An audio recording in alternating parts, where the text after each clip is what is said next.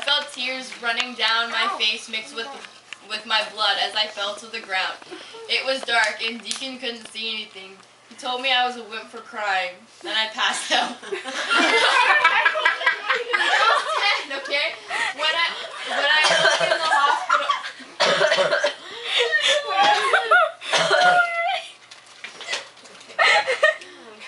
Laura's so heartless. When I woke in the hospital, I had 7 stitches and Deacon was staring at me.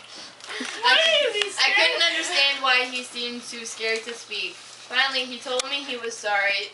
Then he rubbed his head, signaling me to do the same. I saw my reflection in the monitor next to my bed and saw my long hair had been shaved for the stitches.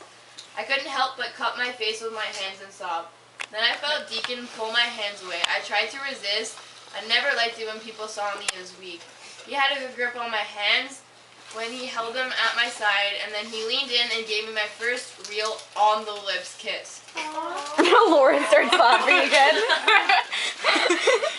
Deacon left the room as fast as he could. Before I could say anything, I wiped my mouth and cried even more because he tasted like broccoli.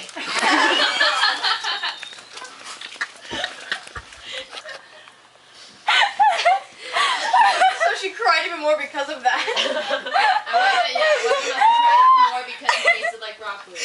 The next day, he gave me a card his mom had forced him to make that said, "I'm sorry for your hair. It's not that ugly. I used to have a bald spot once." How can 10-year-olds have bald spots? After that, we became...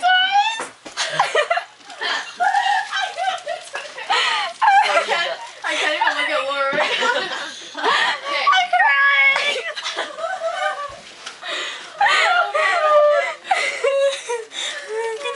After that, we became best friends. We did everything together, and 2 years later, he became my first real boyfriend. After he would kiss me, he would always rub my head in the same spot where I had the stitches.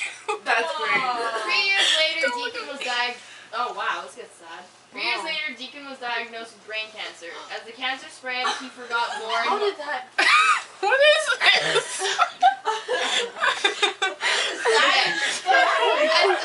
That escalated. As the cancer spread, he forgot more and more. All of his memories of us were fading, and some days he couldn't even remember my name. Well, that's good. I stayed with him through it all. It was a constant fight every day between me and the cancer. I would get so mad when he couldn't remember things. The cancer got so bad he couldn't even leave the hospital. One night I got a phone call from his mom telling me to come as quickly as I could. I rushed to Deacon's room to find tubes all over his body that were helping him breathe and keeping his heart beating. He was only 15, but he looked 50. I couldn't help but cry. I remember when I had been the one in the hospital bed, but now my best friend was there. He held my hand, and everyone close to him was gathered around his bed. We all knew these would be his last moments. By then, he didn't even remember why he rubbed my head, but he knew that it meant something to me, so he did it. He pulled me toward him. He pulled me toward him, and he kissed me. He couldn't lift his arms, so he made me lift them for him to rub my head one last time.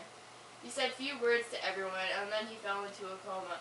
When the doctors shut off the machines, everyone just stood there, as if waiting for a miracle. We stared at him for an hour before we could let go. Not one person in the room could stop crying. Even the doctor and 2 nurses felt his wonderful presence being taken away. Knowing that emptiness and memories would take his place filled me with sorrow. I would never forget Deacon, and there wasn't a single day I don't think of him. Who knew 2 lips could say and mean so much? That's the beginning. Okay, how exciting. And then it goes really sad. Yeah. That was so depressing. It kind of like took a turn for like... Yeah. What is this? Laura was like over there dying, and then it's like, oh. Well, Any thoughts? Besides it taking